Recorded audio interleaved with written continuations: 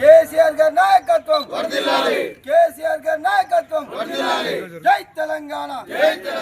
వెంకటాపురం గ్రామ సర్పంచ్ అభ్యర్థి గుడ్డేటి ఏల గారి ఉంగరం గుర్తుకే.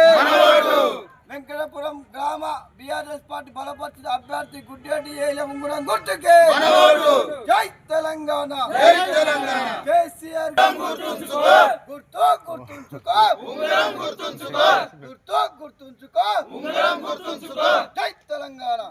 వెంకటాపురం గ్రామ ప్రజలకు తెలియజేయగా బీఆర్ఎస్ పార్టీ బీజేపీ బలపరిచిన బీఆర్ఎస్ సర్పంచ్గా ఉన్నాను.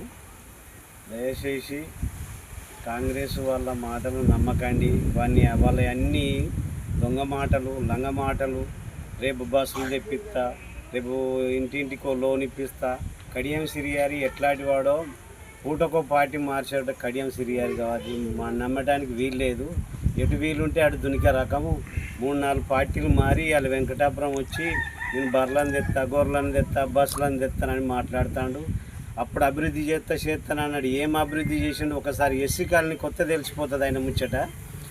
ఎస్సీ కాలనీలో ఎలాంటి ఇబ్బందులు ఉన్నాయో, ఎలాంటి సీసీ రోడ్ ఇస్తానని శంకుస్థాపన చేసి బంద్ చేసిన కడియం సిరియారి ఇలా బాగా లెక్చరర్ ఇచ్చుకుంటూ మాట్లాడుతాడు బస్టాండ్లో. ఒక్కసారి ఎస్సీ కాలనీకి వచ్చి ఇక ఆడ శంకుస్థాపన చేసిన రోడ్డు కాడికి రమ్మను. వాళ్ళ అధికారంలో ఉన్నోళ్ళే కదా, చేయలేదు. ఒక్కొక్క కాలనీకి పోతే ఎంత ఇబ్బంది ఉన్నదో, ఎంత కష్టాలు ఉన్నాయో అంత తిప్పలుగా ఉన్నది.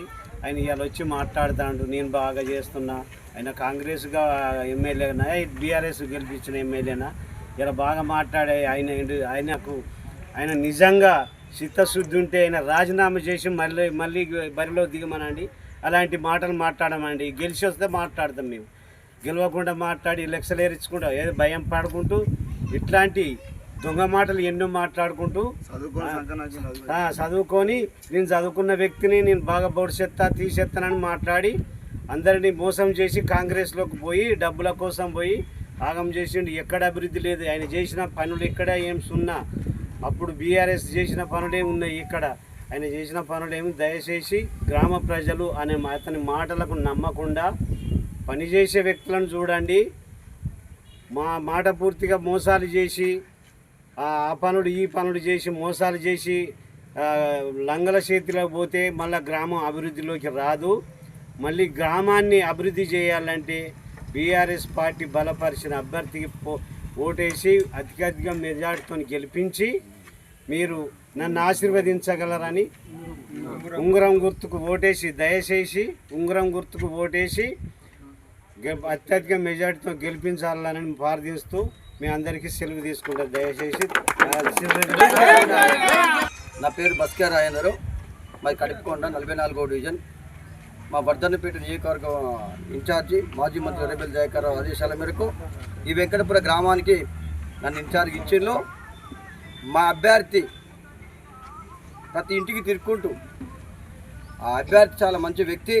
ఆ అభ్యర్థి గుర్తుకు ఉంగరం గుర్తుకు ఓటేయాలని మేము ఇంటికి తిరగడం జరుగుతుంది. కాంగ్రెస్ పాలనలో 420 గ్యారెంటీలు ఏ ఒక్క గ్యారెంటీ కూడా అమలు కాలేదు. స్కూటీలు ఎక్కడ పోయినాయి, మా ఆడబిడ్డ తులం బంగారం ఎడపోయినాయి, 2 లక్షలు 4 లక్షలు ఎక్కడ పోయినాయి. కావున టీఆర్ఎస్ పార్టీ మా కేసీఆర్ పెట్టిన సంక్షేమ పథకాలు కేసీఆర్ పెట్టే సంక్షేమ పథకాలు ఆకర్షితులయ్యి ప్రజలందరూ మా వెంట ఉన్నారు. ఇక్కడ టీఆర్ఎస్ పార్టీ జెండా ఎగిరైపోతుంది. మా గుడ్డేటి ఏల గెలవబోతుండు, 100 వాచ అత్యధిక మేరతో గెలవబోతుండు. మా అభ్యర్థి చాలా అమాయకుడు, మంచి వ్యక్తి, నిజాయితీ గల వ్యక్తి, నిజాయితీగా నిజస్వరూపం మా గుడ్డేటి ఏల గెలవబోతుండు.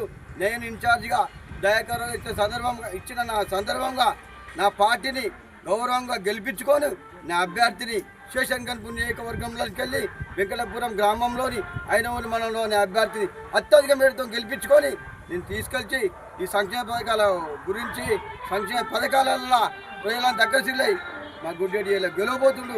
100% సారే కావాలంటున్నారు జనాలు, కారే కావాలంటున్నారు. జై తెలంగాణ. జై